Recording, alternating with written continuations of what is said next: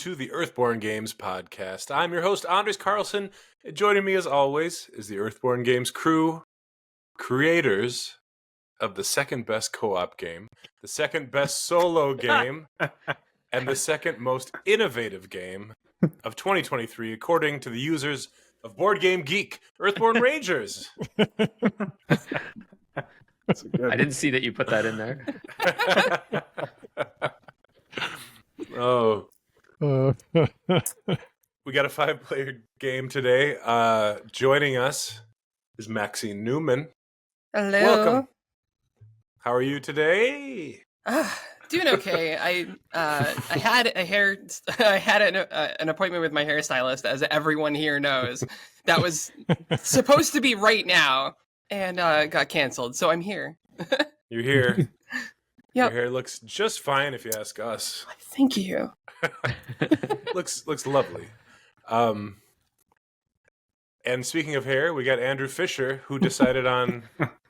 Let's see what that haircut is you decided on after last episode. It's going to have a headphone line in it, but Yeah, it's like Sam's hair, my son's hair. Oh, that's right. Yeah, he went long to short too. Yeah. So Yeah, it's almost identical, except you just need to put a little lightning bolt in your side of your head. Ooh, that's cool. Yeah. Yeah. Well, that was actually one of the speaking of like shaving patterns into the side of your head, is I went looking for a good place to get a men's haircut, and there's a bunch of places right near me, but they're all primarily for black folks, and like it's almost entirely that clientele. I'm sure they would welcome me, but like you know, every haircut they do is for like you know, like for very different hair type than my own. Yeah. Right. Yeah. And so like I was like, well, I'd be happy to go in. They're super well rated barbershops and stuff, but like at the same time, I don't want to like walk in with my like I have like the finest hair ever, and I didn't want to like walk in and have them be like, what the hell am I cutting right now? Just flapping your hair like, what's this? So did you go to Sport Clips? No. I found Haircuts I for found sports fans. I found a place like a couple miles away, and yeah, I think it looks pretty good. Definitely. I had to go shorter than I probably want to, just because of where like how close we cut it. We had to like go down that far to compensate everywhere. So I'm gonna grow it out a little bit, but Looks great. And we got Corey DeVore. Corey, why do you? It's Corey DeVore. Why do you think they decided to start a barber / salon called Sport Clips? Why do I think that? Yeah, why do you think they did that? Because they were sick of all the kids not being good sports. And they were like, you're going to be a good sport here at Sport Clips. It feels like a Rick and Morty bit. Like, hey, sport bits, Morty. Yeah. Sport bits is what it's called in that. That's my guess. What are you drinking today? A protein shake, because I forgot to eat dinner. Ooh. Forgetting to eat is something that I'll never understand. It's a I'm thing. constantly thinking of what I'm going to eat next. Right now. What are you going to eat next? Yeah, what are you going to eat next? Everything bagel with bacon, provolone, and egg. Oh my god, so specific. Sounds really good, actually. yeah, actually that sounds pretty Yeah. good. Yeah. Tomorrow morning. I just bought all this stuff. Yeah. And finally, Andrew Navarro, how does it feel to be the second most innovative game? Well, you know what they say about second place. What's that? The first loser. Oh. First is the worst. No, it feels good. No, I feel like I would have loved. We got nominated in 5 categories. I would have loved to win one of them. Yeah. But we didn't. Yeah. So it's okay. I think the thing with those Board Game Geek Awards is that there's a large component of them that is a popularity contest. Yeah. So like the larger the audience for a game, there's the more likelihood it's going to get more, rankings of certain. Because you go and you give everything like a ranking, and then they add them all up, and then that's how they determine the list. Mm-hmm. So compared to the games that we lost to, I think we should feel proud. I don't feel as proud as I could, but I think that it's nothing to sneeze at, and our name's right there. It's just good. We'll get to have those little badges on our game if we want them forever. Yeah. Do they do that for second best? Well, we can just say like runner up. Yeah, or nominee. We were the runner or up. whatever. Yeah. Even just being a nominee is nominee. cool. Yeah. There's lots of games. There's thousands of games that come out every year. So being in a group of 10 that get nominated is pretty cool. Mm-hmm. Yeah, and being in like the top two is pretty amazing. So was the number one in those categories the same game? Or was No. there 3? Different games. I forget what won best co-op. Was it Sky Team? Sky Team was best 2-player. I think Hegemony.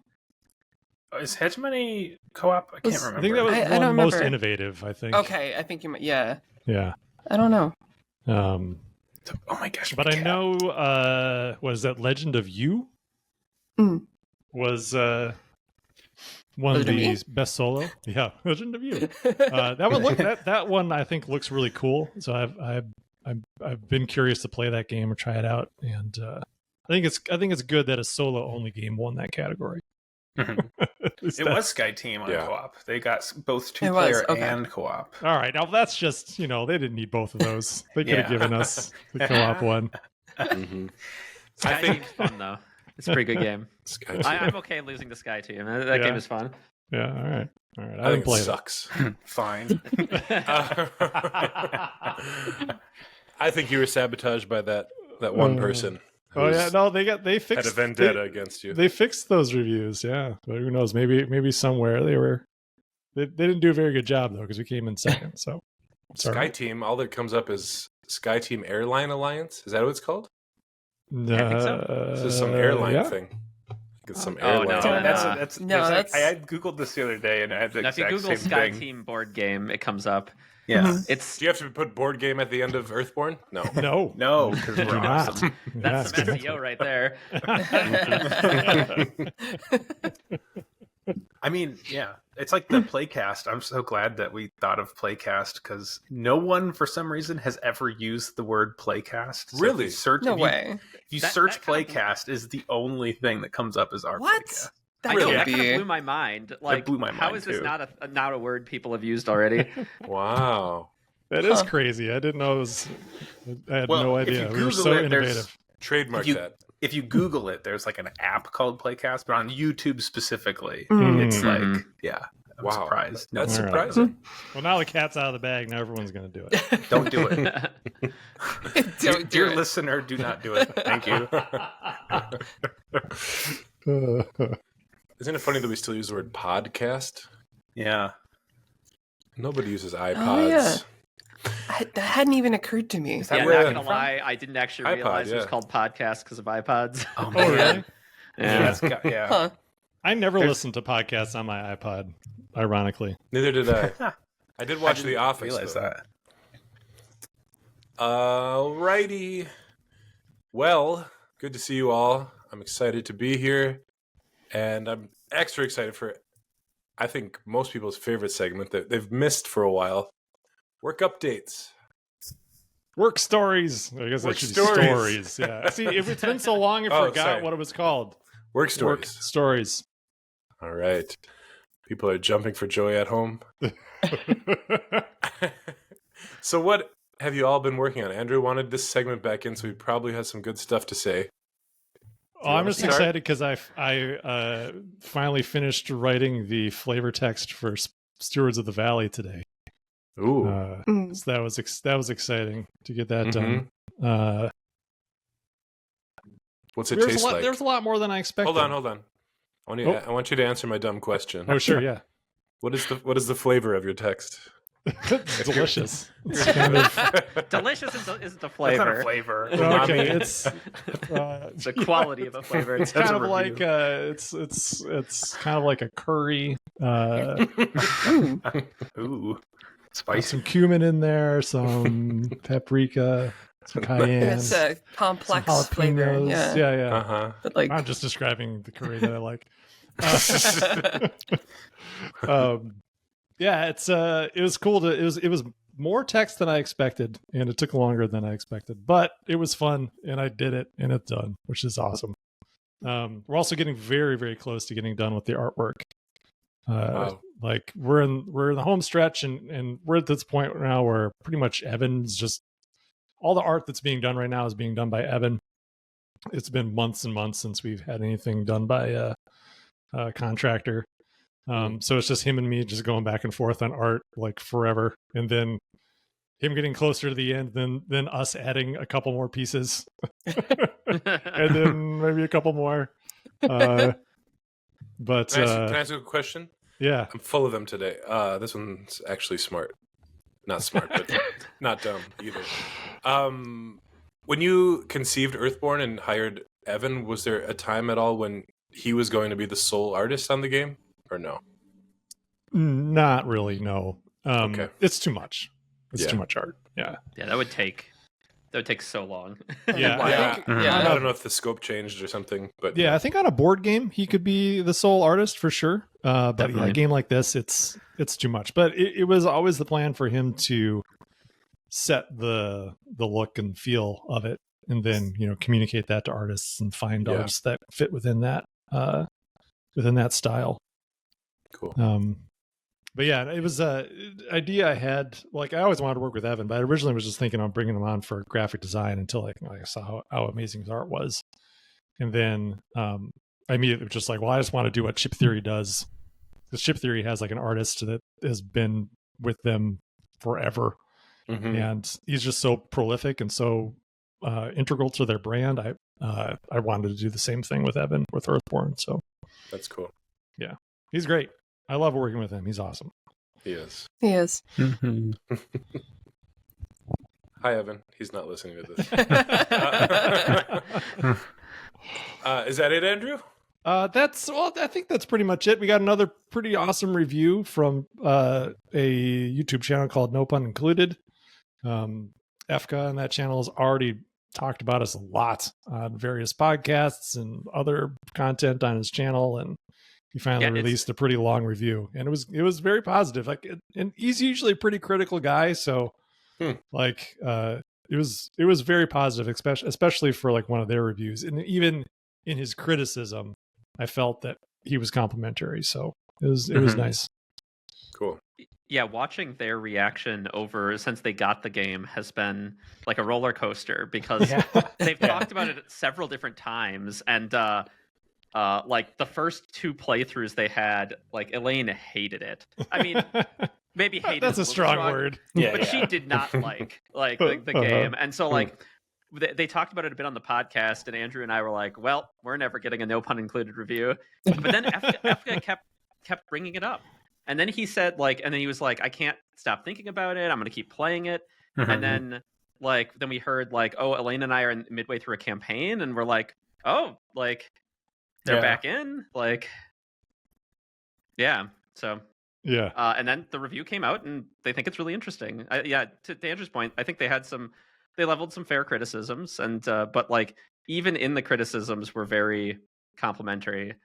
I was talking to a friend, Max, and he said he's like, "Congrats on that review. They never like anything."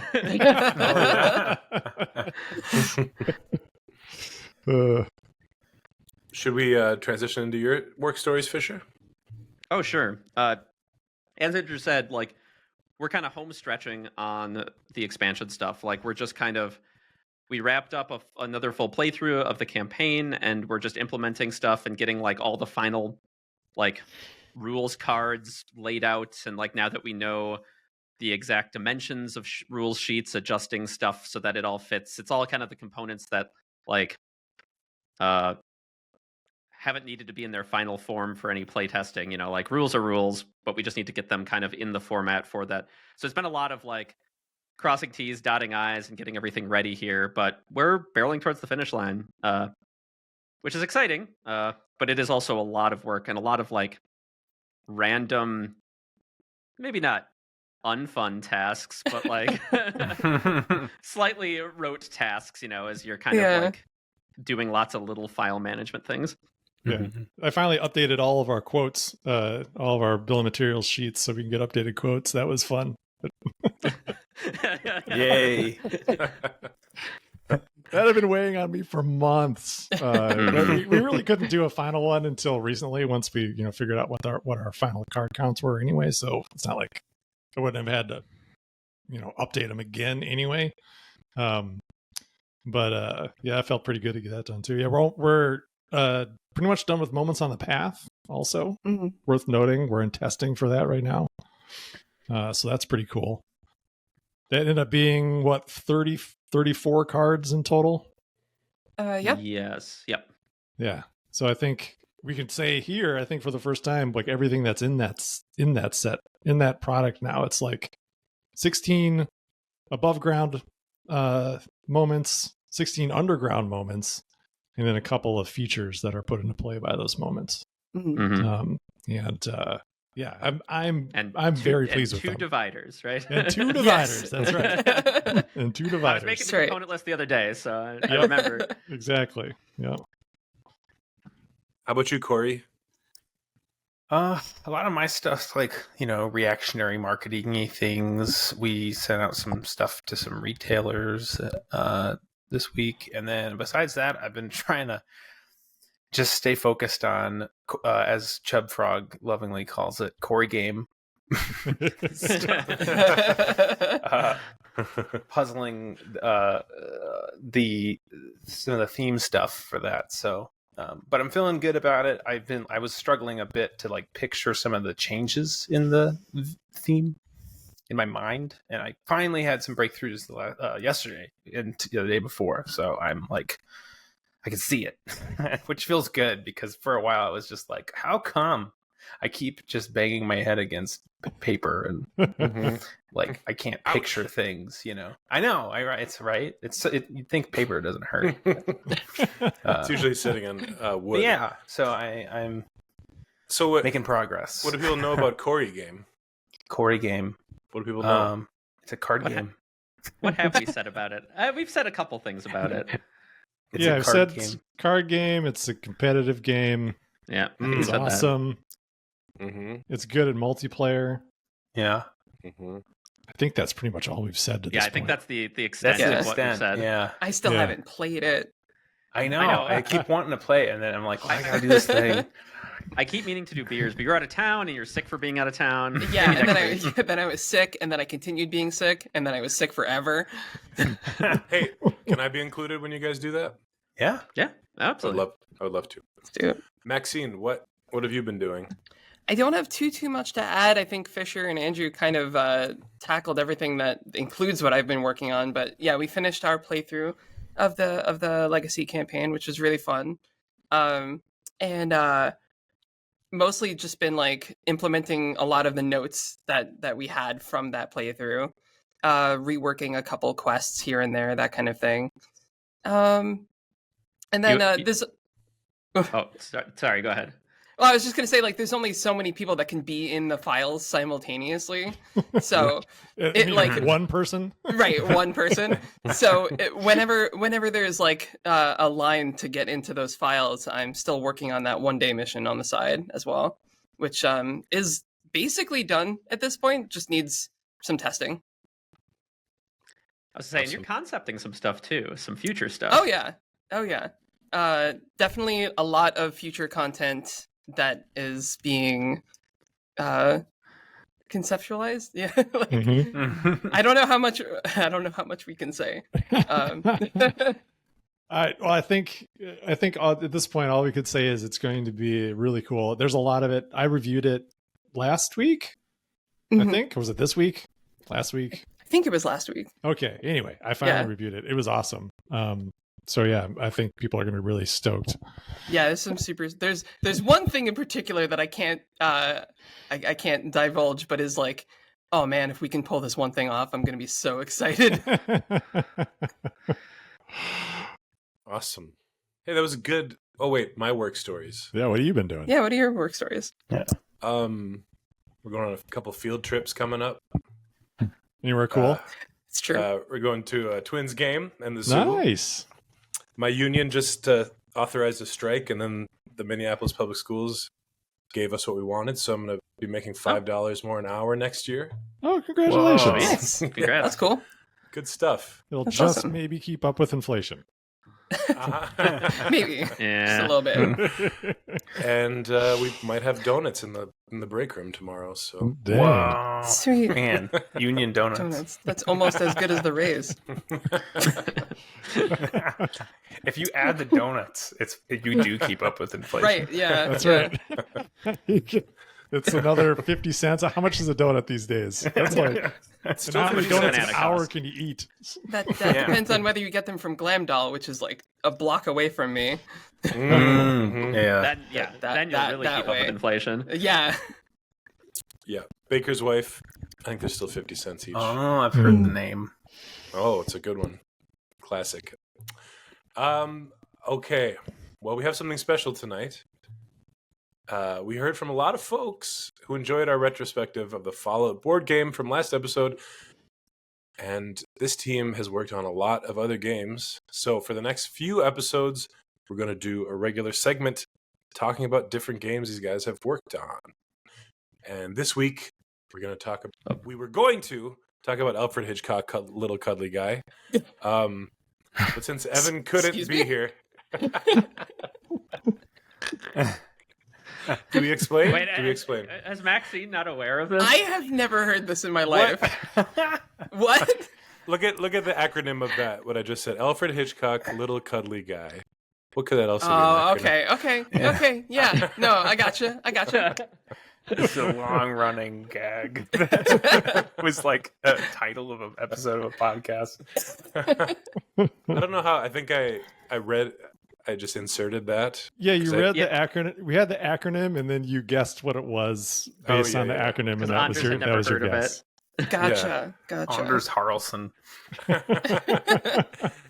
And a little behind the scenes, I knew what it was. It's just my humor, you know what I'm saying? But since Evan couldn't be here, we thought we'd start with none other than Runewars, the Miniatures Game. One of my favorite games of all time. We talked about it a bit in a past episode, but today we're going to dive deep behind the scenes. So, Andrew, Corey, Fisher, tell me about what you each did for the game. Maxine, you can just chime in with what you know. Did you play test the game, Maxine, at all? I did actually. There you go. Not a ton, but I did do some playtesting, and I did play the game after release as well. It was more than I did. Well, then, I think I've told you about my ludicrous army. We can talk about it later. yeah, chime in with your ludicrous army whenever you want. Yeah, it's actually Ludacris is the leader of the army. It's a custom build mini. Maybe, Oh yeah. Maybe this game is up my alley. Is Well, Nelly in the game? Different faction. Different. Oh, okay. Fisher, what did you yeah, do? to start us off here, I was the lead designer on the Runewars Miniatures Game. So much like when we talked about Fallout last time, I kind of oversaw the game's design from concept all the way to the printing of the core set of the minis game. But since it's a minis game, a lot of the game kind of came out later through lots of expansions. And at that point, several members of the miniatures team were kind of working on it, including Frank Brooks and I think Brooks, who worked on Earthborne as well. I think they did some Runewars work. Mm-hmm. Yeah, in some of the later factions. and yeah, Michael so I and worked John. yeah. And but I did the core game design and the development of everything in the core set of the game. Cool. How about Corey? I sculpted on it, so I wasn't there for the core set, which was kind of like the sculpting department was pretty small, I think, at the time, and so they kind of spread the work around a little bit with like Gary. Yeah, I think it was Gary Storkamp and Nick Norman, I think. Or Gary may have done all of the core game. Gary did a lot when I looked back at it. Mhm. And then there was a few freelance ones or like can't remember actually, but I remember Gary did like a ton. Who's like from the media department or digital department for like apps and stuff. Mm-hmm. And then the sculpting department grew. I joined, and I kind of joined around the time that like we did the Thuk stuff and the elves. When you sculpt those, are you sculpting it that size, or is there a process that shrinks it down? It's a fancy thing called computers where it's is any scale you want. You can just zoom in on the little pixels and then 3D print it at whatever size you want. Oh, so how even old is this easier. game? Oh gosh, Did it come out in like 2017? I want to say 17 or 18. Yeah. What did they do It came out in before? 2016. 16. yeah, Oh, wow. yeah. What did they do before computer sculpting? Was it they sculpted that size? Mm-hmm. Yeah, Mm. or Yeah. slightly bigger, Slightly or slightly larger, yeah. slightly larger. Hmm. Yeah, How did they shrink it? it shrinks in the mold. Oh, cool. So I think it's like a 5%. It's like 5% difference between whatever you sculpt and what comes out of the mold. That's not much, though. You're still No, doing not tiny, usually. Yeah. Cool. All right, Andrew. How about you? You're frozen. Are you frozen? Am I frozen? Not for me. No. You're frozen to me. Okay, go ahead. Oh, okay. Yeah. Says everything's working fine, so Yep, hopefully it'll you're back, continue to you're work fine. I was creative director on this one. I was creative director on it from start to finish, and this was one of the first games that I then went on to like be the front man for when it released, because I became head of studio right at release, right when we were going to release it. So it was one of the first games that was released like under my watch as head of studio. But at that time when we were working on it, like I was working closely with the graphic design department, with the art department. I was both the creative director and the manager of the sculpting department. So I worked closely with on the sculpts with those guys because I also came out of the media department too. So like while I was in the media department, I kind of took over the management of the sculpting department for a while, for about a year. And I think the beginning of work on this falls into that time frame. Cool. Well, why did FFG decide to publish a traditional tabletop miniatures war game, you guys? Ooh, spicy. Yeah, I'm pretty excited to talk about this, because I think this is, honestly, from my perspective, I think this is one of the most interesting things about the game is how it came to be and what was going on at the company at the time it was conceived. And so people who know their FFG history know that we had a long-standing relationship with Games Workshop, where we were a licensee of theirs for many, many years. They when FFG acquired was it Sabretooth, they also at that time took on all this like extra like Warhammer stuff that had more like essentially came along with when Steve Horvath joined, because he has like really, really deep contacts at Games Workshop. Chris was always friendly with those guys, and we've done a few like Games Workshop games like Fury of Dracula and Warrior Knights, like really kind of like small, very niche, not very well known among wider circle of games. But then after that acquisition, we started doing like just a ton of Warhammer stuff. It was like Warhammer everything. We had like so many Warhammer RPGs, and that's when Fisher came on board. And when we were working on those to help support all that, we had a Warhammer LCG. We had the Warhammer Fantasy role-playing game. We had Warhammer board games. It was just like Warhammer everything. And it was like that for a long time until we started working with Lucasfilm, and then started to spread things around a little bit. But always working with Games Workshop, one of the biggest, as you can imagine, so Games Workshop's a miniatures company primarily. So as you can imagine, anything that we would do around miniatures was always a very touchy subject for them.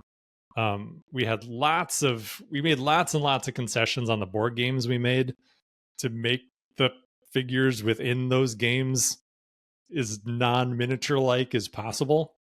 And then whenever they would start to kind of veer towards looking like they're miniatures, they'd be like, nah, don't do that, because they didn't want to, they don't want to undercut their own business with a licensee. What does that mean? So looking like miniatures or not? So if you go to the Games Workshop website, you'll see they have all these little, these little tiny little figure guys. They keep getting bigger and bigger. They're pretty big now in Space Marines these days. Miniatures. Yeah, like but this big. Yeah, but they used to be about half the size. But that's like their main business, is selling these miniatures that you play as a tabletop war game. Yeah.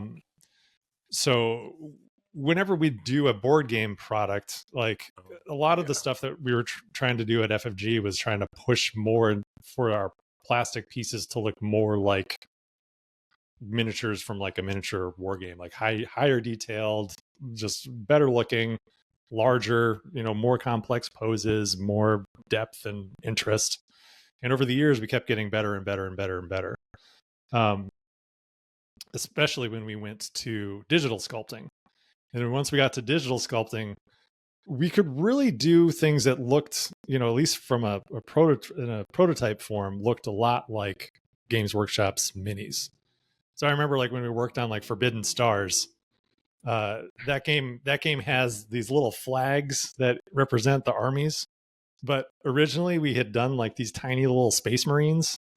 And, I remember that. And other little units. And Yeah, oh my God. I did the works. Yeah. They looked so good.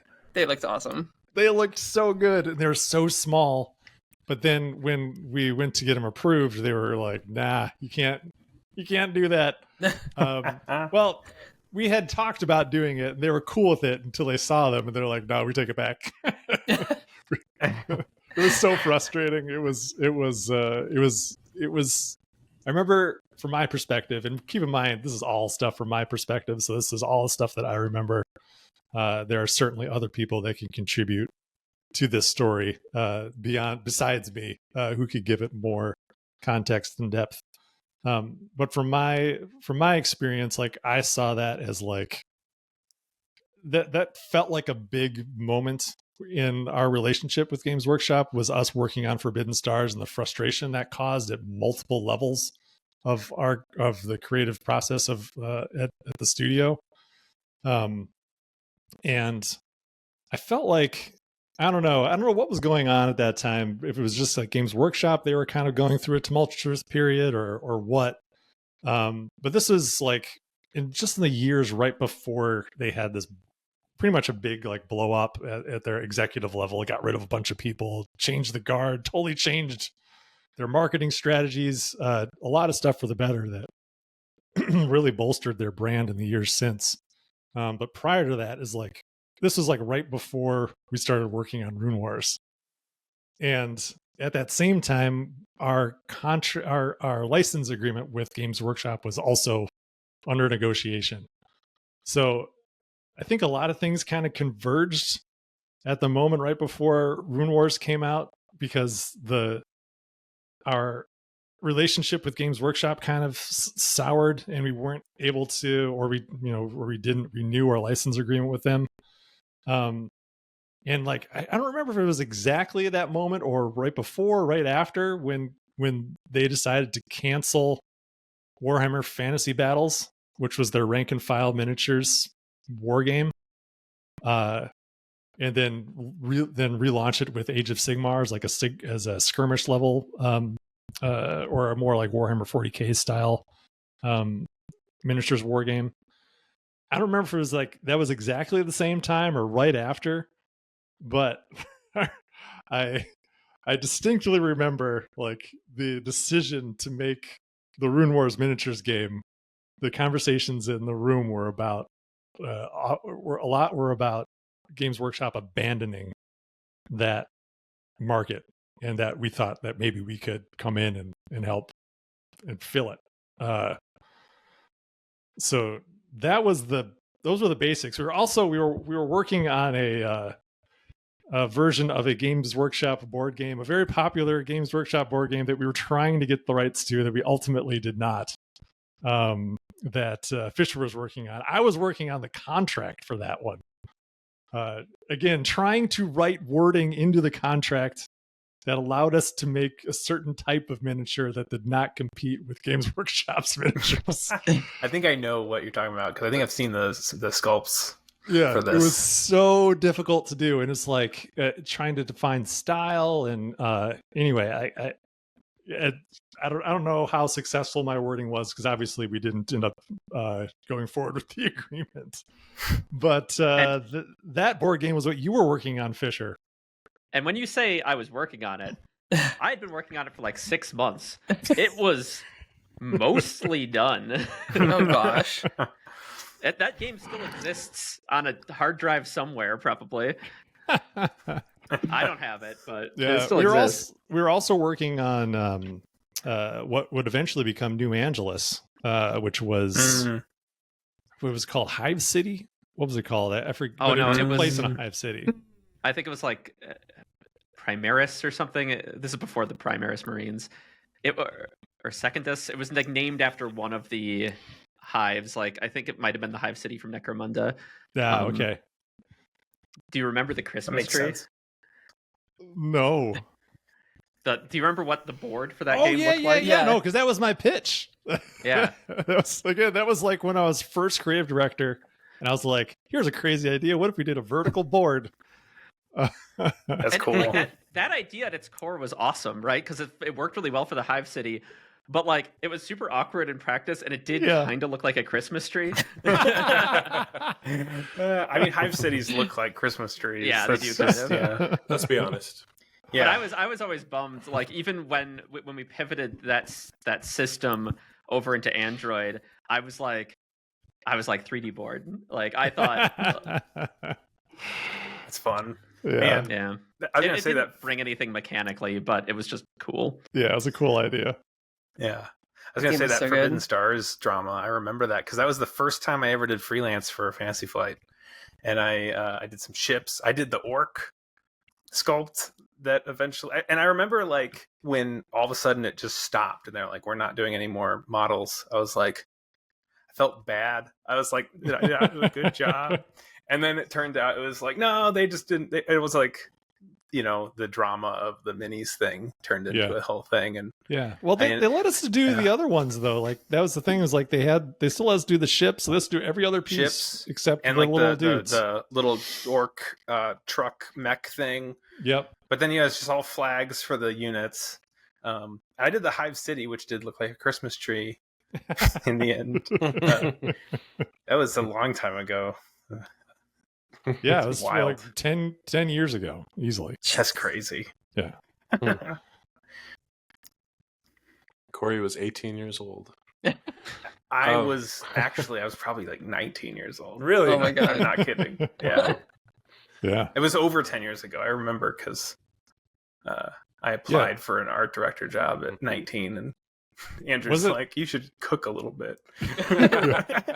Was it here, Jason? Just hire him. Yeah, was it 2011 that you applied for that Something job? like that. Yeah. Yep. That's crazy. Yeah, Forever it was ago. awesome. I'll never forget that. I remember talking to you. I was like, man, this guy's great. And then I found out how old you were. I was like, oh my God.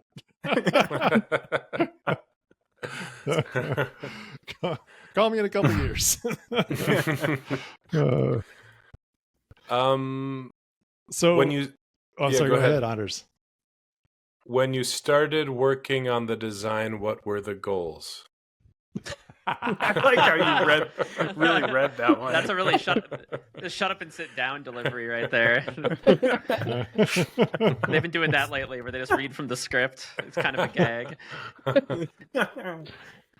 So I remember a couple of obviously make a rank and files battle miniatures game, right? Was a big goal. I've never known what rank and file means. It means that like all trays. of the when people march in like rows, very structured rows, and like their whole unit moves as kind of a block on the battlefield. Like I see. Okay. That's kind of rank and file. Cool. So that obviously was a goal. But I'd say probably the two biggest things beyond that were kind of at the time one of the two big things, like as with Fallout. With Fallout, I met with a big team of people, but with Rune Wars, I sat down. It was just like me, Christian, and like I think it was like one other person. I don't remember who else was in that room, but like so it's just kind of me and Christian talking for a long time, and so like a lot of it was just like, you know, his kind of directives, wants. I think I mentioned during our Fallout one, like a lot of it I was identifying. All right, Chris, what are your like must-haves? Like we talked for like 2 hours and like, okay, which things from this meeting are like must-haves versus like would like to haves in this game? But a couple big ones were, so we at this point had been making X-Wing for quite some time, and it was very popular, and it had kind of defined our identity as our miniatures team's identity. We'd made some other miniatures games, like we made a miniatures version of the Dust Tactics. We made Dust Warfare, which was like a miniatures version of that. Well, we published that. We published that. I don't. No, we we didn't. We sort of made it. We designed it. That's well. You're right. We did have to. We did ultimately design it. Yeah, At first they we made didn't. the miniature. Well, yeah, they made the miniatures, and then we made the book that allowed you to use that book, right? Yeah, that's right. So we'd done some of that, but X-Wing had really defined our biggest success. And so we wanted to kind of like, Chris saw that as some of our miniatures identity, our miniatures DNA. So we wanted to kind of take some of that. And, you know, he kind of saw these parallels between like the restrictions of this fighter movement, but also the restriction of rank and file troops and how they move around a battlefield, how they kind of have to like march or wheel or do all these things, right? These movements are kind of similar. So we wanted to use some of what we'd done with X-Wing to kind of simulate rank and file troops moving around and the difficulties of maneuvering them. And then the other thing was just kind of, this was a like personal hang up of Chris's, which was like, he played some Warhammer Fantasy, and he, most people with Warhammer Fantasy use movement trays, but like as your unit dies off, your movement tray is still there, but it's just this big empty expanse of plastic on what's otherwise this like beautiful diorama of your battle. And he always hated that. And so he wanted a movement tray that could be taken apart as your unit was eliminated. And so he wanted to create movement trays that were like modular and could like be constructed. What's that face, Andrew? Yeah. That was so much work. Oh, I know. It was so much work to get it to where but we finally did it. We did it. Yes. So the way, I guess to skip ahead, that the way that manifested was here. Can I show? Yeah. So here's a very small unit. These units could get much bigger. This is like the small, just to show on camera for those of you watching on video. Here's like a unit of guys. My trays don't have any grass on them, but the trays actually come apart and are in these units of like 4 guys, and they have this puzzle fit that fits together and holds with tension. And so you can like hold your unit together, and then like, you know, in the game, this would be a very small unit, and you could usually get to like big 2x3s, or even like a Death Star unit might be 3x4 of these panels. So you'd have these big bricks of units that you're moving around. So yes, as you said, Andrew, it was a lot of work, but we did see it to fruition. Yeah, we did. So do you have like industrial engineers on staff that can design stuff like that? Yeah, they're engineers, that's for sure. It was a lot of back and forth. I think Jason Bodoin did most of the work on those trays, if I'm correct. He did. He and I worked together quite a bit, and we had magnetic versions. There were so many problems to solve. Yeah. One of the challenges was, so like friction fits with plastic that's injection molded is really hard because, as we talked about earlier, it shrinks. So like getting nice fits that like are like tight but come apart but aren't too tight, it's very hard because you just don't know how the plastic's gonna kind of come together. So that was like one of the biggest challenges. And actually, there's all sorts of intricacies about the engineering of just there's these puzzle cuts on here, and just the way these are, what Jason did to like make this work is pretty astounding. They're if you look at them, they're actually like tapered so that no matter how much they shrink or grow, it will always get to a point of tension because the bottoms are always really loose, but then the tops, you just push them in until they reach, because they're both tapered. Mhm. It'll like, it'll be loose, and then you'll push it, and it'll get to that point of tension, so that no matter how it warps, it still has that nice fit. And then the other thing he did, which was actually really clever, is, I don't know if you can see it on video, but you can see it actually has this flex a little bit. That's because there's actually a gap down here. And so what that does is it means if I let go of one side, if I'm holding, one thing Chris really wanted to be able to do is pick it up by one edge and just hold the whole unit. And so what this means is, because of like leverage, this one is pushing down like this by gravity, right? It actually pulls, because there's this give, it pulls the puzzle cut out and causes it to have tension, so that you can lift this whole thing from the edge, like, and the whole thing will hold. And if they were all straight up and down, they wouldn't, and some of them would fall out. And so, like, while Jason might not have been an engineer, he did some he did a lot of research, and he did some very clever things to make this work. How many pieces can go together? Mechanically in the game? Yeah. Or like as many as you want. So these are radially symmetrical, so you can just keep clicking them together. So you could have I think in the game, it was the 2 largest. by 3. I think the biggest unit in the game is 3x4. I think you can get a 4x4 because I think that's what my army was just the skeletons. Was all the skeletons? I think the reanimates can go up to 4x4 for like 120 points or something like that.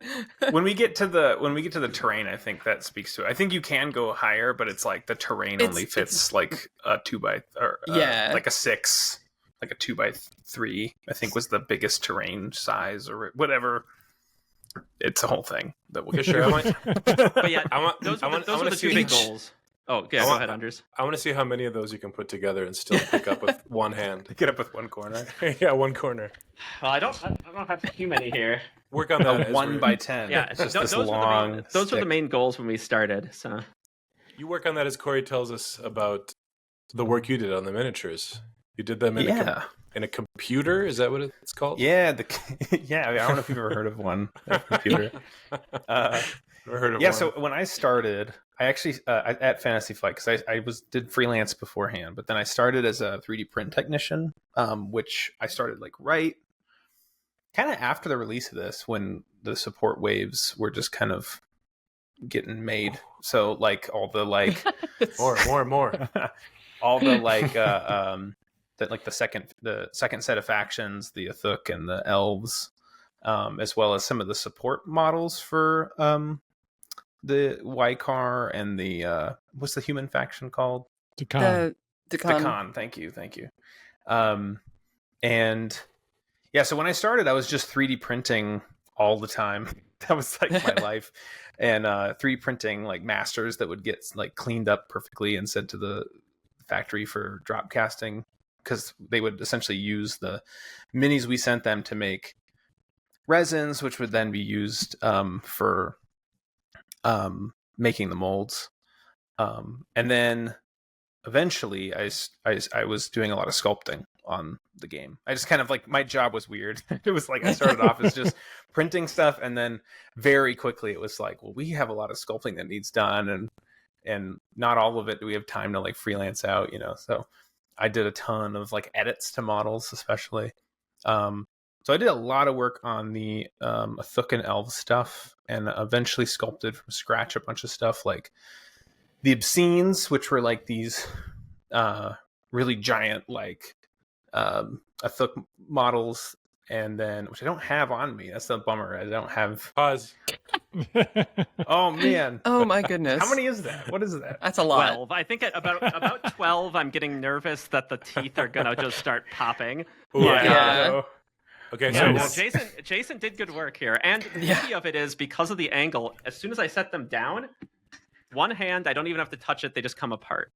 So like, you can both pick it up, but they come apart easily. Like, wow. It's mostly. Yeah, there's sometimes I remember playtesting. There'd be like one corner one that you're like, as soon as trying not to.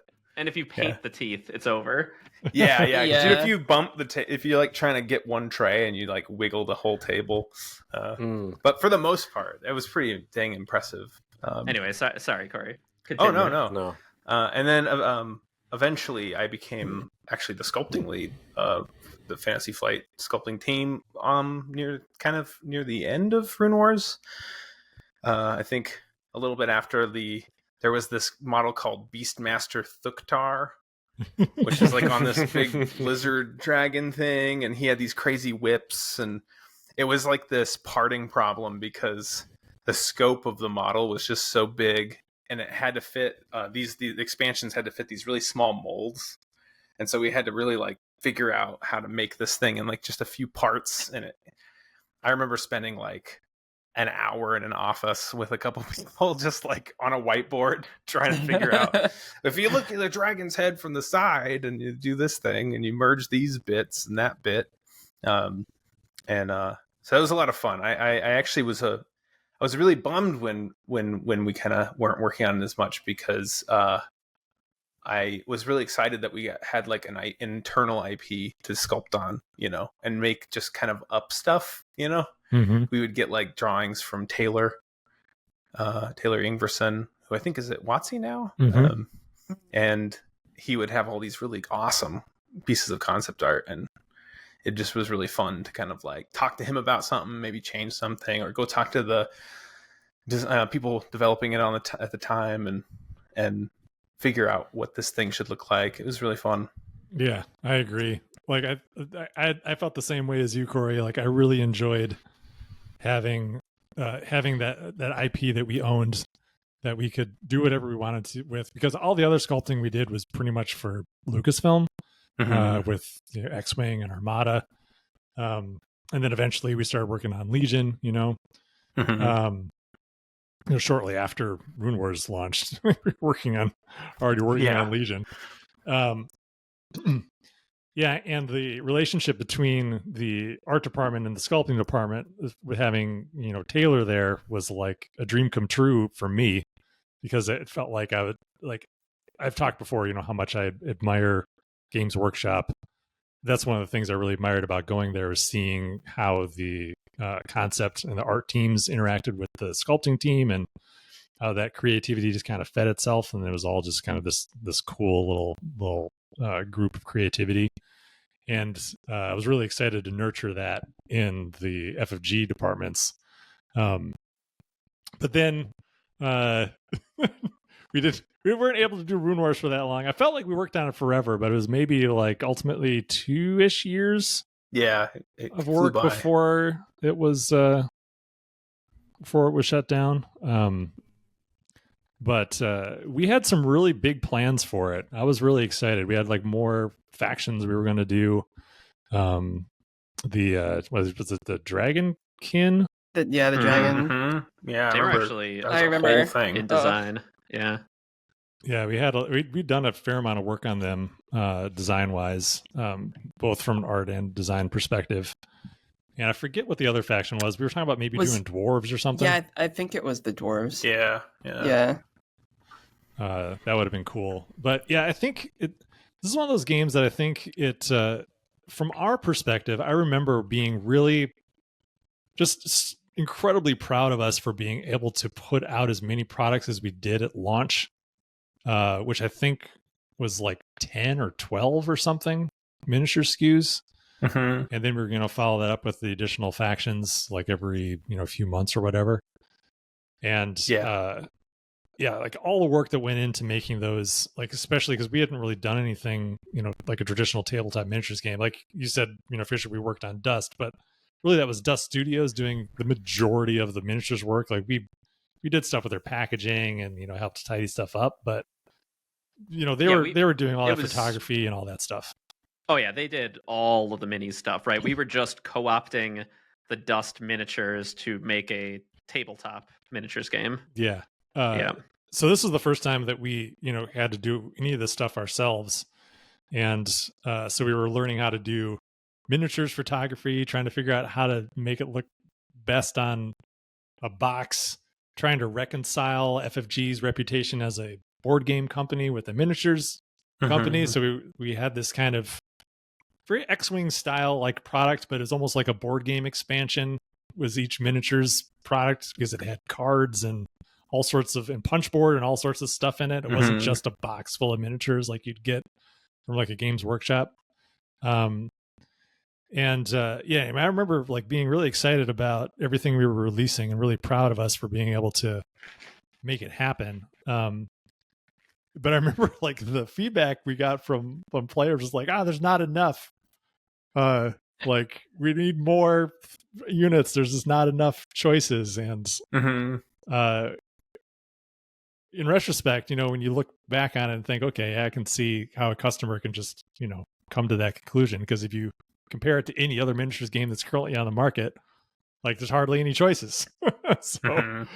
So we're asking players, I think, to like be really patient and wait the multiple years it would have required for us to get to the level of those other miniatures games, so that there were enough things out there to create that variety. And we just didn't. I think we just kind of ran out of runway. But I think if we could have hung on there for a couple more years, I think we could have gotten there. I think it was coming together. There was some internal stuff with the production that also kind of submarined the game, unfortunately. So we had like a really, really long dry spell of no products while the studio was cranking them out. Like we were cranking them out. I remember we were going. But then they were just going to production and just sitting there, doing nothing for months and months and months. So, but thankfully we eventually got those going once we figured out what was happening, and they released, but again, in much, much smaller quantities than I think we could have done originally. But by the end, I was pretty happy with like how the packaging turned out. I liked how we where we eventually got to with that packaging and the photography. I thought it looked great. It was pretty economical.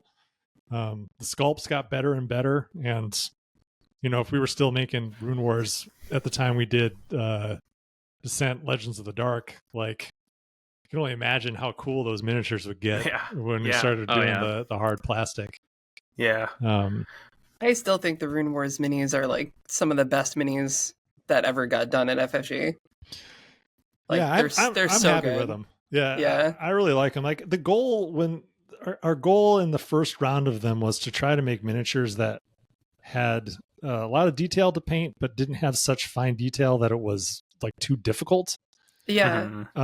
So we tried to have like this nice, like, chunky isn't the right word because they're not like super chunky, but the details are pretty visible. So you can put like nice little highlight layers on them. Like you don't have to do a lot of like washing and dry brushing, do really muddy brushwork. You can do like really crisp brushwork if you want to. Yeah. It felt like a nice sweet spot that like if you were new to painting, they were easier to paint than other minis on the market. But if you were an expert painter, there was a lot there that you could do with. Yeah, totally. Yeah. I think the fact that they were PVC was also something that maybe people looked down upon. I think for PVC, the detail level of them turned out really great.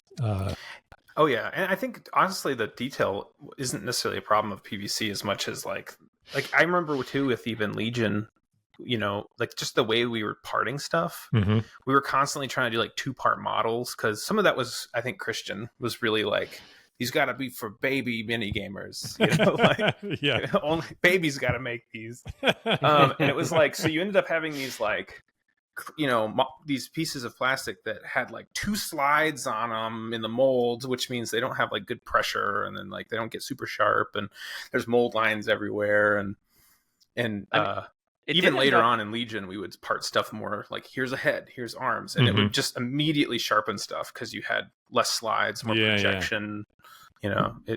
So I think it would have benefited a lot by surviving a couple more years. Yeah, the transition over hard plastic would have helped as well. Though I will say, in Chris's defense, there, like it is very accessible, right? You get this little baggie. You don't have to clip anything off sprues. You can just take it out. It literally like friction fits together. Yeah. With like, you can't put the wrong thing in the wrong socket. Like, look, that's in there, right? And I just grabbed it out of a bag. Yeah. And like, so like I could just friction fit this and play with it.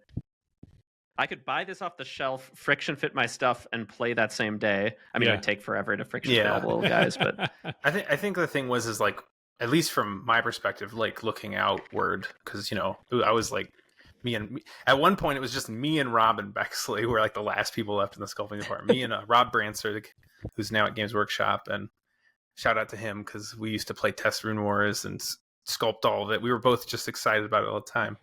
Whenever I'd leave late at night or come back, you guys would always be in the room Playing Rune Wars. Yeah, it'd be me, Rob, John Schaefer, and Michael Gurnis just like playing Rune Wars. I walked by a Rune Wars test. Yeah, during a thunderstorm outside. And but I think like, you know, I think it was a great place to start, but as the game went on, I really started to see like we were actually, the goal of trying to fit that niche that Games Workshop abandoned worked, but like those people wanted hard plastic minis. They wanted frames. They wanted, you know what I mean? Mm-hmm. So it's like we almost like needed to grow into the market rather than try to, you know, fit the gamers to us. I think that was part of it. Also, wasn't there like a pricing debacle or something like that with this game? Where like, I think they like sell everything for $10 less than it was supposed to be. Well, John had a whole thing about this. I remember. Yes, that does ring a bell. I think what happened is that we had a recommended price, but this happened to all sorts of games. You know, it wasn't just this. But we had a price that we thought was a good price, and then I think right before we launched, we effectively like lowered everything by like $10. Yeah, which was like, I remember that being a thing. Because we even changed the That's packaging. That's a lot less money. It's a lot less money. And also, I remember we actually ended up, in response to that, because it was such a last-second change, I think, on Asmodee's part, we changed all the packaging so that there wasn't translation. It was like multi-language packaging, which I think was a smart choice. But it was just like, you're just trying to scrape a few more dollars off that $10, which... So there's a few... I think there was like multiple things I remember being kind of just like an uphill climb for Rune Wars. Yeah. Well, like I said, it was a challenging thing to do, and I think it is it's an interesting market to try to do something that's more accessible to for a style of game that is like incredibly niche and appeals to a very specific person. Like people who are into rank and file tabletop war games are like they're a rarity, I think, even among gamers. So I think creating something that was kind of like I don't know, the first word that came to mind was like a bubblegum version of that. No, I think that's a good way to put it. Where, you know, it's just not quite the level of investment, but on the table, you still look at those ranks of miniatures, like, wow, that's a cool looking, 16 dude square of guys. That's a big investment of time that it takes to paint that thing. There's just something about there was a time in my life where I was a pretty prolific miniatures painter, and I feel like there's something about the task of painting a tray of minis versus the task of painting like individual guys in a squad that just somehow feels more daunting. Yeah. Or like you're putting work in that won't ever be seen because like this guy's in rank 3, and then it's like, all right, if I'm gonna make my first rank like even better looking than everybody else, then that I have trouble with that. So that's a joke in painting is like, it's the third rank. Dip it. Yeah. No, for sure. I totally get that. I mean, Song of Ice and Fire popped up, and that seemed to get. But what's funny is I know a lot of people who jumped on Song of Ice and Fire. And almost unanimously, everyone was like, "Rune Wars was better." It was first. It was first. I think the IP helped that, of course. But I think there's a bigger market for rank and file than you might think at first. Well, Games Workshop thinks so too because they're bringing back. They're bringing it back. Yeah, old world. I think people are excited by it, and I think Rune Wars. If Rune Wars would have really benefited from not being the first minis game we ever made, Well, we did. I think we did at least work out some kinks before we started working on Legion. I think that was I think helpful in us helping to get that off the ground. But even Legion, we learned a lot from that from those early products to what it eventually became. Yeah, it was fun though. It was a fun couple of years of dreaming that we might have this big miniatures game, because again, that was like something that I've always been into miniatures. So I and then becoming head of studio, like right when we were doing this, it was very exciting. I was very invested in this game. Spent a lot of time on it, and I like I said, it's a good game. I said I still haven't played it after it released, though. Like, I have plenty of it. I still haven't played it. I know Fisher and I have talked many times, like, we should play sometime. I would still love to play sometime. Yeah, I would love to play too. I don't have like fully fieldable armies painted, unfortunately. I don't either. That would prevent us from playing at all. That's part of the issue. Like, Yeah, they're assembled. I have my stuff assembled. Well, we could smash some unpainted minis together. Yeah. To your point about some of the good of this game, I do want to, before we end this segment, I do want to point out, I think my two favorite things from this game are, one is just, as I mentioned, we took some inspiration from X-Wing, and like you kind of move around your units using these kind of movement templates that simulate your troops kind of wheeling around. But we also, from X-Wing, we used kind of a similar programming aspect, and I really like how this turned out. We did these double dials that you have for each of your units, and you input on one side, you input how the unit's going to move generally, and then the other side you input what that unit's going to do, and then based on the color of what movement you do, it restricts their actions, like what kind of attacks they can make and what initiative they can go at. And you program in all your units, and then these we used to lay them flat, but actually in the end, so that you kind of got a display, you place them all out on the board, and it's kind of Stratego style, where you can see all your commands, and then your opponent can see all their commands, and you kind of have them all laid out next to everybody. And so it gives you kind of this nice HUD of like what all your guys are going to do. Yeah, that's cool. It's so good. Yeah. It's one of my favorite parts about the game. I thought it really worked out pretty well. And shout out to Chris Beck for doing the graphic design. Yep, all the graphic design. Yeah, I love those icons. Yeah, those are fun icons. Great color picks too. One of the cool things about this system is it enabled us to design units that felt incredibly unique, like in how they could move and how they could activate. But we didn't need a ton of extra components or a ton of extra fiddly rules. We could just take the same movement rules, change around. Oh, can you attack after you do this type of move? Like a cavalry unit can only, does these big sweeping moves. An infantry unit can't move that far. Like, can you attack after a movement? Like all these kind of things can all just be done with this vocabulary. And so it made developing different units that felt very unique easy. And then the other thing I'm going to pitch here is, just tell everybody about is, this was a divisive part of the game, but I like it, which is it too. The magic system, which Tyranoth, the IP this was set in, has magic, and so you get these 5 pucks, and these have these little discs, and each disc has different numbers of runes on either side, and each side is a little different, and there's a few different types of rune. And so at the start of each round, you shake up this group of runes and you cast them on the table. And so there's 3 different types. One is super consistent. There's always at least one. There might occasionally be 2. There's one that's like kind of average. There's 2 50-50 shots of getting it. And then there's one that's really spiky. It's like the red volatile mana, and you might get a ton or you might get nothing. And so like each of them has this different feeling. And then all the abilities in the game might require different mana to be like in play, and different magics to be in play. And so each round, kind of both sides are kind of pulling from this same spread of magic, and it kind of sways, like it makes magic users really kind of swingy, and you're unsure. But then you can run units that help you kind of control which runes are face up or face down. And so it's this kind of shared resource that you can manipulate a little bit, but is also a little volatile. And I really liked how it ended up feeling, and it made us able to do some like units that had these bursts of power, but kind of at unexpected moments. That was cool. That's cool. cool. Wasn't there like dial options that were like require a rune too and stuff? Yep. I always thought those were awesome. Yeah. Yeah. We used to have them in coin cases because it made them like clacky and Yeah. Like, you know, you'd shake them up in like the beginning of every round and be like, let's see what we got. Am I gonna get my crazy burst of movement and pass you up? Yeah, I Is- think the Athuk had like movement that scaled off of the volatile Mhm. runes, right? Yeah.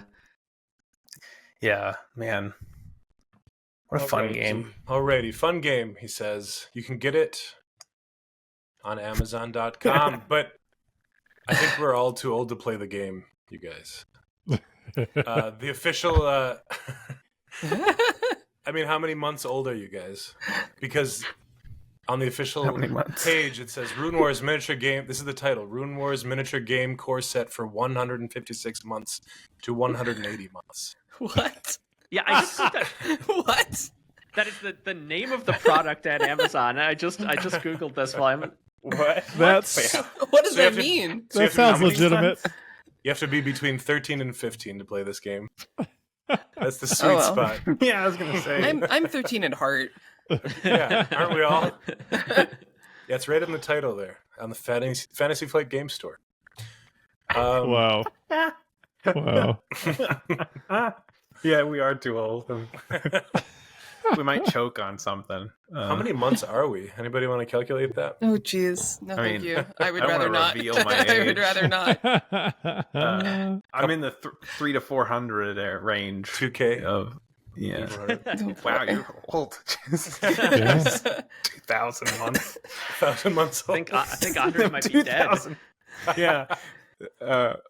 Yeah, weird. Why is that in the title, man? Someone at FFG, if they're listening, go fix that. I guess that'd be Asmodee. That's funny. Yeah. I'm 400. Wait. Only $60, man. What a deal. Go buy that. Mhm. That's a good game. Yeah, it's a good. I still Okay. have my Yeah, army game. somewhere in storage. I was It going to say, I exists. think John Schaefer has like all the armies or quite a bit of it because he has like a bajillion plastic models in his house. So you could hit him up. I Do don't have four-player. all the armies. I just have my one. I have everything, and I have the castle. Oh, it's Lucky. Okay. Yo, let's play sometime. We should play. The I've castle we used at conventions. They gave me first dibs when they were decommissioning it. John stole all the trees, Oh. though.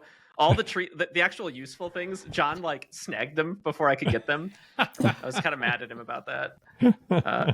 But I got the castle, and it's now a point of contention about where this goes in our house because it just takes up jeez. so much space. I can imagine.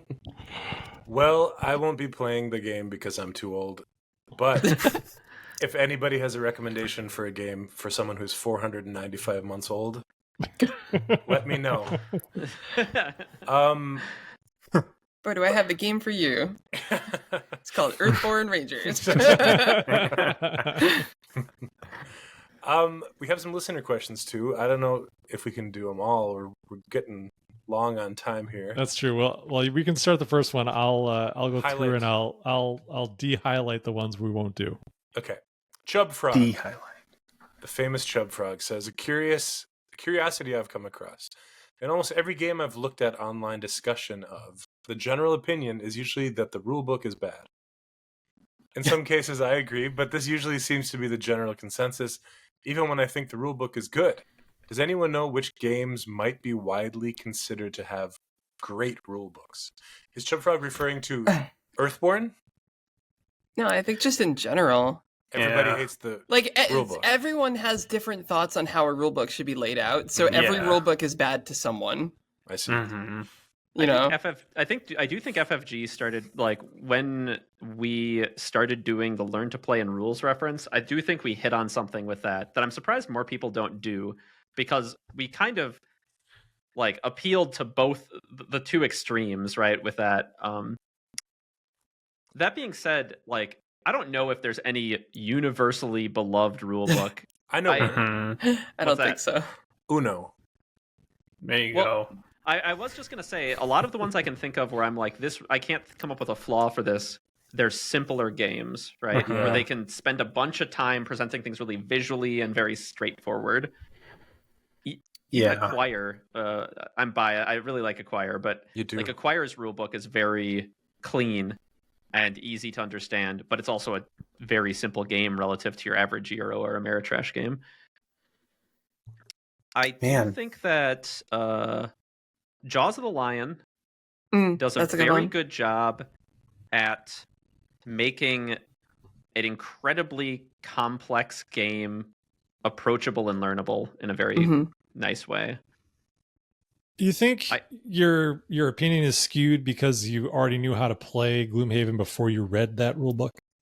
I don't think so. My friend Cassie, who she loves board games, but like always makes me teach her the board games,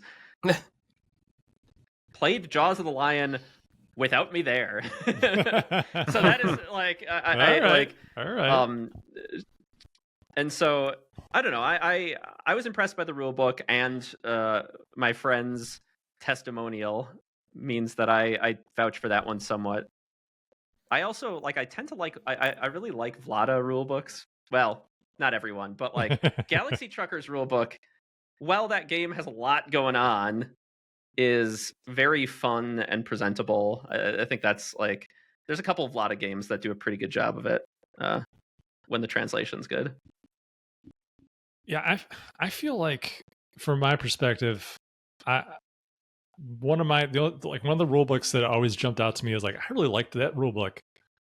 Usually I don't really think about it because I still think, reading rules is fine, but having someone who can teach you is way better. So that's always how I prefer to play.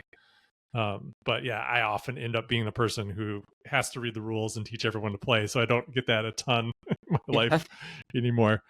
But I really liked the Fallout board game rulebook, which is something I've told Fisher before. I think that's something that you worked on, and then maybe Corey worked on as well. But I remember I had to talk about that game on a live stream at Essen, and I had kind of forgotten how to play. So the hours before I went on, I was just sitting there just reading the rule book, and I understood everything. I was like, oh, this is great. This is awesome. Like, it answers all my questions. Like, it's very clear. Like, I thought it went logically from one thing to the next. And I was able to go on that live stream and just bang it all out after just reading it that one time. So that was... I appreciate it. Yeah, I enjoyed that rulebook quite a bit. I thought it was pretty awesome. But other than that, I don't know. I kind of like big rulebooks with lots of words that I can sit down with and just, chew on. I'm very much a fan of the fold out. If it's done well, they're not always done well. Yeah. Quick start rules. I like quick start rules. I'm a big fan of the quick start rules. My pick would be, of all the time that I've played a lot of, I feel like so many of them I've learned through other means, like Magic. When I started Magic was 7th edition, so there was like a PC game. Right. So, that helps. Yeah. Yu-Gi-Oh! Was always a nightmare, but they always had video games. And then I actually think probably one of the best experiences I had just learning a game on the dime was I play tested like the learning game rules for Legion. And I think Luke did a really good job on that because he basically didn't say anything. He just watched us and we figured it all out. I think we got nothing wrong. And it was nice. Wow. Me and Gary, I think, played. So, and that was actually pretty awesome. Because I think Legion actually did, obviously I'd played a lot of Rune Wars and X-Wing, but Legion was like a little bit more streamlined, I felt like. And I was able to pick it up pretty quickly. Maxine, how about you? Do you have any favorite? I don't know if it's like my favorite, but the one that jumps to mind is the rulebook for Artisans of Splendent Vale. It's very well organized and it has lots and lots of diagrams. And I'm a visual learner, so that helps a lot. Okay. Good question, Chubby. Oh, yep. Oh, sorry. I realized my actual answer while everybody was talking. Oh, yeah. Which is my favorite rule book is Rodney Smith. Oh yeah, from Watch It Play. The human rule book. He is my favorite rule Rodney book. Smith. Yeah, I would have never been able to touch Mansions of Madness if it wasn't for him. Yeah, the game was. Anyway. Yeah. Hopefully, Rodney will do an Earthborne Rangers video at some point. That would be awesome. If you're listening, Rodney. I don't know if he listens to this. He probably doesn't. Haley says, is there a card you've seen the community dunk on in the Card of the Day channel on Discord that you think is underrated? Ooh. I did not prepare for this question. What are the options? What's the one that you get wrong all the time? What's been dunked upon? Is mad about. Oh, Chubb gets on your case. Yeah, no, that one's good though. I saw one recently in the Card of the Day. I didn't actually read a lot of everyone's responses, but I saw that it had a pretty low average rating, which I think was Root Snare. And I was like, I feel like every time I've had that card, I've like been like, oh yeah, I could just clear this, or like, oh yeah, this like that. I don't know. I think Root Snare is awesome. I think Root Snare gets tremendously better in Stewards of the Valley. Yeah, with that little ocarina. Yeah. And also just with Shape the Earth, right? Like it's Axine's go-to strategy. I think that Dodge gets bombed in the ratings very often. Yeah. And I mean, for some good reason, right? Like not turning off challenge effects means that like it's a liability. But I think that Dodge is underappreciated. I think my favorite decks are Dodge-based decks, and I think if you use it right, Dodge is a very powerful tool, but it's tricky to use right. And you need a lot of like presence of mind to not make a mistake. And admittedly, I did get Quizzy eaten once, thinking I was that is dodging stuff. That's not unfortunate. Root Snare, right? Root Snare does like let you dodge a card in the same location or same area. Mm-hmm. Yep. That's probably why. Just broadly, I think a lot of the Dodge cards I often see getting kind of lower ratings. Not just Root Snare, but stuff like Local Fair and some other conditional dodges. What's the one that's just dodge 3 cards when you do like a test? Translocator, right? No, the Translocators dodge everything. Yeah. There's a moment that lets you dodge 3 cards, right? I feel like it's... is it the Leaf in the Breeze? Leaf in the Breeze, yeah. I think that's the one. Yeah, that one, I think it is balanced around having Perfect Recall or the Locket in your deck, right? And like without it, the cost of the card is probably too great for the effect. But if you're pairing it with like some Traveler stuff, I do think it's still worthwhile. But anyway, I think Dodge gets a bad rap. Yeah. I think also that card, Leaf in the Breeze, has one of my favorite moment art pieces. Oh, that art is so good. It's really good.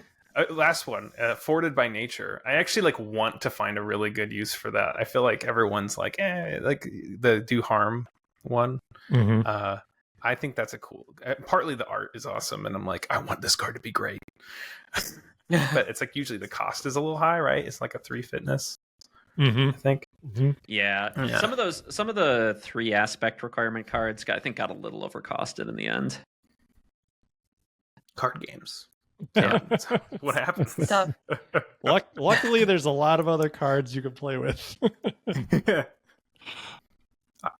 All right, good question. Our next question comes from Stygian. In my most recent playthrough, I made a decision that is redacted for spoilers. Do some decisions like this carry over into the next campaign? And if so, will there be a mechanism in place that helps you figure this out if you don't have your previous campaign sheet handy? The short answer is you'll need your previous campaign sheet handy. There is a mechanism if you lost or don't have your previous tracker anymore to kind of get the story so far and get everything that's needed, like all the critical things to move forward with. But one of the nice things about our binary checks being, do you have this notable event or not, is the nice thing is we can just roll a lot of decisions over and we just assume the default is that you don't have that notable event. So we can check against all sorts of things that you maybe did or did not decide. And, it just assumes that you didn't do it. But that being said, hold on to your campaign trackers. I highly recommend it. It will get checked against in the expansion. Yes. Yeah, take a picture of it. That's a good just idea. in case. Yeah, you just scroll back through Google Photos or whatever, and Cool. Final question comes from. Oh wait, sorry. What happened? Were you going to say something? No, nothing. Sorry, Andrew. I typed something to Anders, and Andrew's like, "Your keyboard's clacking." Sorry. Well, now I could have just said it. I typed it so that we didn't have to. No, do yeah. that, but This is a chill podcast. You So can chill. call me out on air. yeah. Corey, shut up. Neville Flicks. During Netrunner's FFG days, gorgeous alternative art versions of cards were given out as tournament prizes. Though EBR does not lend itself to tournaments, have you considered alt arts as promos for conventions, etc.? If you were to consider this, which artists would you bring in for them? Maybe because they cannot commit to more than one piece of art.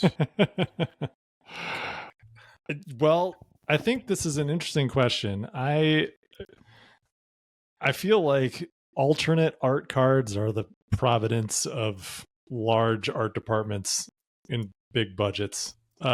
So just because we have so much art to do, just at a base level with the size of the team we have, like just throwing on some extra art on there just for fun seems like too much at the moment.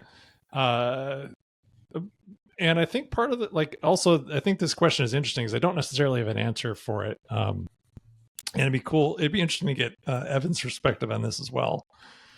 But, part of what we'll be doing when we go into, when we start doing art for the next wave of products is look for more artists to bring on board that we feel are a good match for the setting, for the style, that could pick up a good amount of the work so that Evan doesn't have to do as much as he's doing right now, but obviously we don't want the quality to drop at all. So I can imagine, like, if we're able to find a good number of new artists, and especially if we discover someone who we just love, because oftentimes, like, that's what'll happen, like when you're working on a card game like this, is you'll just come across an artist, they'll do like a couple pieces for you, and then before you know it, like, they're doing so much for you for the game because you just love everything that they're doing, and everything they do is magic. And then you're just looking for ways to try to get them more involved. Mm-hmm. And I think that's oftentimes, at least with the alternate arts we used to do, that's a lot of times where those, like, really all-star artists, we'd give them extra work by giving them this nice high-profile piece that we'd pay a little extra money for. It's like a marketing piece they can have in their portfolio. It's a reward for doing a good job is more work that you get paid a little bit more for. But there's also like, they're a little bit more creative. There's less restrictions. The templates are always kind of blown out and you can do whatever you want. So I feel like the people who worked on those always had fun with them and appreciated doing them. At least the people I worked with, it seemed like that was the case. So we'll see who we find, I guess, is the long answer there. And then once we find them, like, if there's an opportunity to do something like this, I think it's a possibility. Like, I know people get prickly about, event exclusives. So I don't know if we'd ever do like a 100% exclusive find this at the show thing, but maybe some kind of timed exclusive or something that we'd make it available for people after the fact or something like that. I don't know. Has there been fan art? You guys, have you seen fan art yet? Some, not a ton. A little bit. Yeah. I've seen some custom rolls. Yeah, I don't go into the homebrew channel on our Discord very much. I imagine there might be some stuff down there. I have seen some like maybe about a year or so ago, some guys were posting their drawings of their Rangers, and I thought it was really cool. Mm-hmm. Would love to see it. Yeah. Well, thanks for looks like Fisher's trying to find some. I was scrolling through, and I was smiling because I got to Green Lizard, which is very green. Well, we get a lot of like we have so many like sciencey people that like instead of doing fan art, they're like, here's my thesis on menswear and the fashion industry and the use of bad materials for the environment. Like it's like instead of fan art, it's like fan sustainable essays. We're like, okay, that's awesome. Or biscuits. Haley made biscuits, Like actual biscuits. yeah, themed from the biscuits themselves. I think That's awesome. That's cool. biscuit basket, Fan biscuits. fan biscuits. All right. Thanks for the questions, everyone. Let's move along to Andre's Indie Game Corner. This is probably my favorite game that I've talked about in a long while. It's called Animal Balatro. Well. No. I've definitely still been playing Balatro, but no. Game released last week called Animal Well. It's been getting lots of hype and praise and good reviews for good reason. It's a Metroidvania pixel art made by one guy. I think it distills all the best parts of a Metroidvania and cuts all the fat that I don't need, which is words. There's no words. There's no story. It's just atmosphere. The story is told through its atmosphere and weird surprises and secrets. And so the parts, so I can say the parts that I love about a Metroidvania: secrets. So many good secrets. So you're finding little hidden passageways all over the place, new shortcuts. Ambiance, atmosphere. It's got that perfect kind of like, dark and sparse music. The lighting is really cool. The art is really cool. You're down in some cave. There's all these weird animals that you find that are just there. They do different things. The kind of like power-up system that you might find in a Metroidvania that allows you to reach new places is more of like an item finding thing. So you collect these items, and the items are so strange. Like, it's nothing you'd expect. I don't want to give it away, but they're all new to this genre. It's not like you don't get like a double jump or anything like that. It's just great. I'm loving it. Cool. I can't wait to play more. I think it's going to be an all-time classic. I saw it on PlayStation Plus, and I was about to download it. So now knowing that, I'm gonna go download it. Yeah, Yeah. I get it. I've only gotten about an hour in. It's in my notes, and I'm like, I was gonna be like, Anders, have you played this? And then, sure enough, you're way ahead of me on that one. I think it's really interesting because they really distill stuff down. It reminds me of Tokitori 2, if anybody has played that. It also took Metroidvanias and simplified it. Like in Tokitori, your unlocks are just knowledge. And like once you understand how to do a thing, you can go back to all sorts of places and do that thing that you didn't understand before. Cool. Mm-hmm. And like it reminds me of Tokitori in many ways, but like a lot more surrealist and bizarre, Yeah. It's cool. Weird, surreal creatures all around.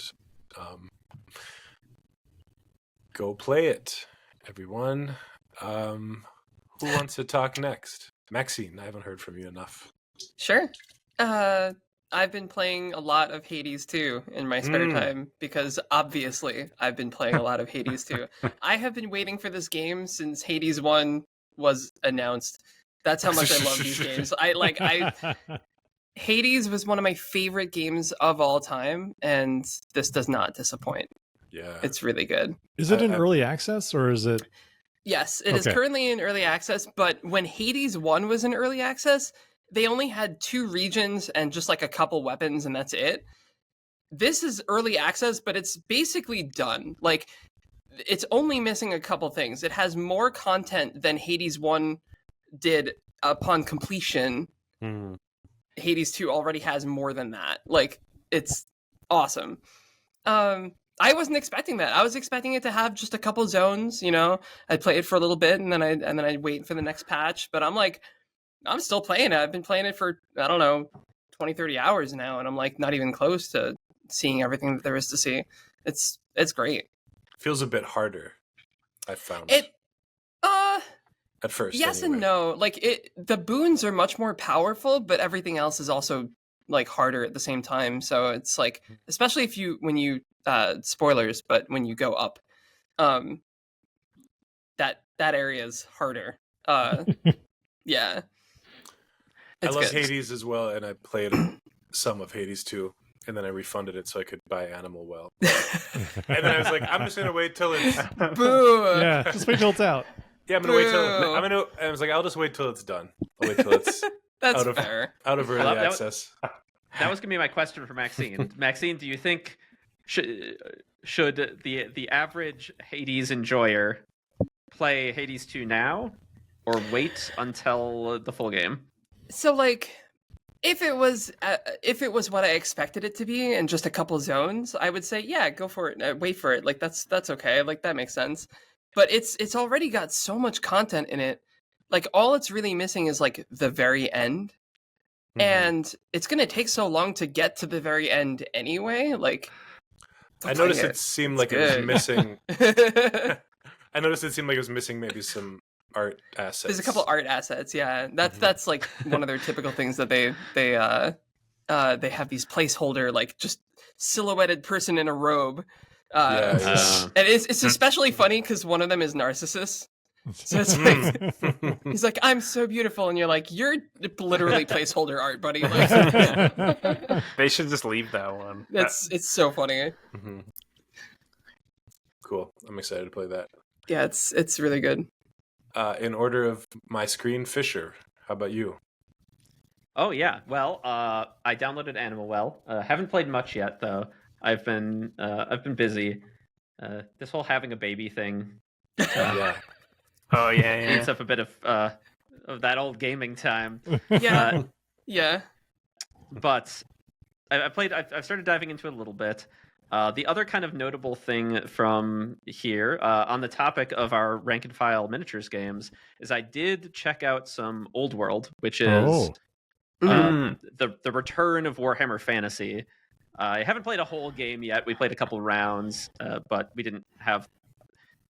We were kind of muddling through some things and like reading the rulebook as we went. So we played a couple rounds, and it's pretty good. I mean, it's nostalgic Warhammer Fantasy. Generally, it's doing everything you want it to do, right? Like, it's kind of got a lot of those anachronisms, which is kind of somewhat refreshing from the more streamlined version of Warhammer 40k that's currently out there. Mm-hmm.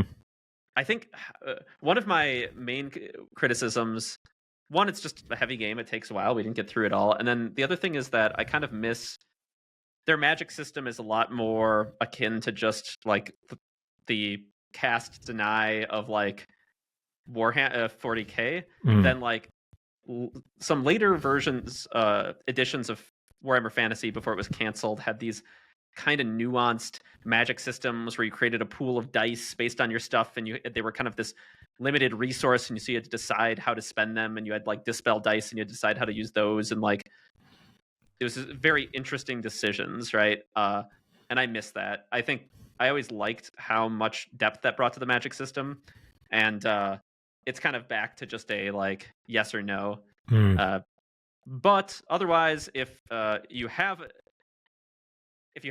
a fantasy army sitting around, I highly recommend checking it out. If you don't, I don't know if it's worth, to Andrew's earlier point about painting rake and file miniatures, I don't know if it's worth painting up a whole army. Like, you know, it's a lot of minis. Go play a skirmish minis game where you have to paint like 10 people.